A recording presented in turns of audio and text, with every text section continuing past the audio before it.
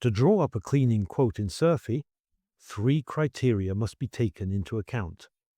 The surface that we are going to draw in Surfy, the frequency of cleaning that we are going to give to each part, and the cleaning rate that we will give to each type of room.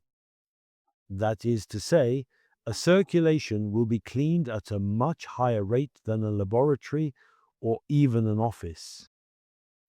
So to define the cadence according to the type of part, we will already go to administration, typology, type of the part, and we will list the typologies. Each typology corresponds to a cadence that we will enter.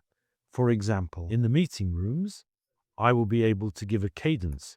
So I am modifying the typology, and I have given here a cadence of 350, which corresponds to 350 m2 per hour to clean meeting rooms.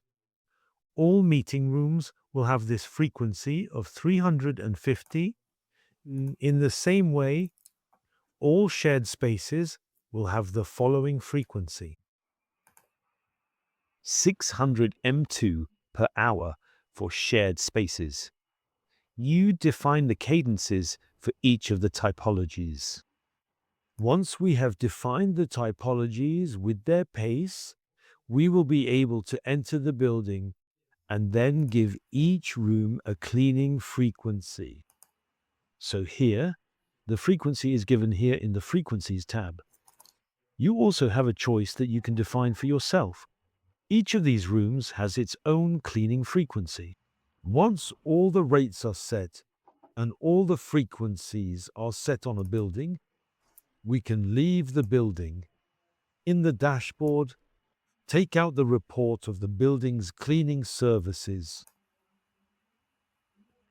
which will allow us to have for each of the rooms, of course, the name of the floor, the name of the building, and then the surface, the type of part, which is recalled here with the cadence, and the frequency with its frequency value in hexadecimal.